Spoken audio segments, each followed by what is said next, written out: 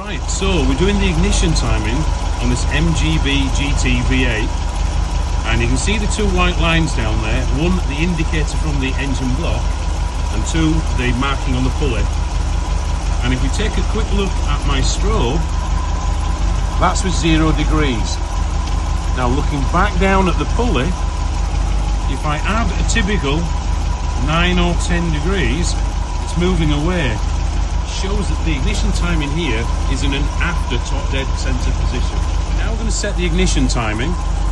I've put 10 degrees on my strobe, and by rotating the distributor, I'll bring the two white lines together, so I know then I've applied 10 degrees of timing on the ignition.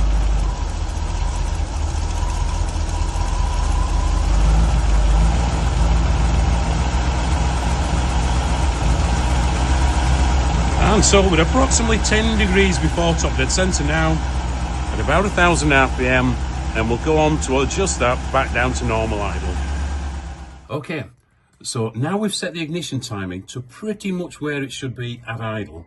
It's important for us to see what the carburation is doing, to see where the jet position is, see the condition of the needle, and make sure it's presenting the right amount of fuel that we want it to present. Piston from inside the carburetor. There's a lot of carbon on the piston, which is evidence usually of backfiring. And backfiring is very typical of an engine running at an after top dead center position.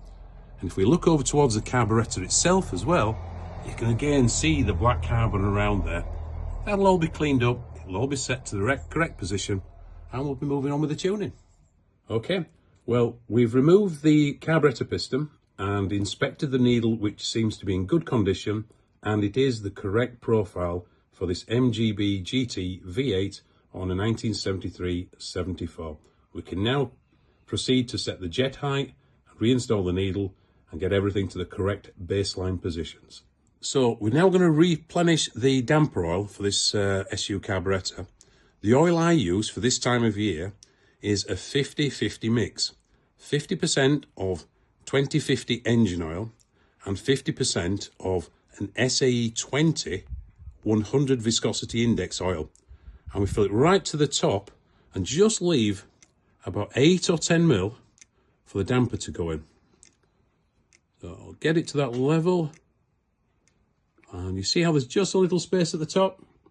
That's all you need for the damper oil. So we've now removed the right hand carburetor. As you can see, a very similar level of carbon deposit on the piston inside the SU carburetor. And looking over to the carburetor body over there, again, lots of dark residues there, possibly suggesting backfire and tying up with the after top dead center position of the ignition timing. Okay, so as our last little test, because this also influences the ignition timing we've set, we want to check the points dwell angle. We've done that by connecting from the negative terminal of the ignition coil through to an earth position, and we then get a dwell angle of approximately 26 degrees. On this vehicle, the spec is 26 to 28 degrees, which will then give a good healthy spark to ignite the combustion mixture. We're all happy, we're all good. Okay, this is Andrew from AG Classic Car Tuning. Today we've been doing this lovely MGBGT V8. We've been through everything. So what did we find?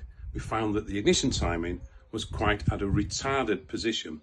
It was about 10, maybe 11 degrees after top dead center. We've then reset the ignition timing to the correct spec. We've also done the points dwell angle to ensure the right quality of spark is being presented at the right point of ignition requirement before top dead center. We've been through the carburation, checked the needle profiles, checked the jet heights, balanced the carburation, and also done an exhaust gas emissions test to make sure it's giving us the right quality of burn, that we're not super rich, we're not super weak, we're on spec. This car's been transformed. So thank you again for joining us with AG Classic Car Tuning with this lovely MGB GT V8. Thank you.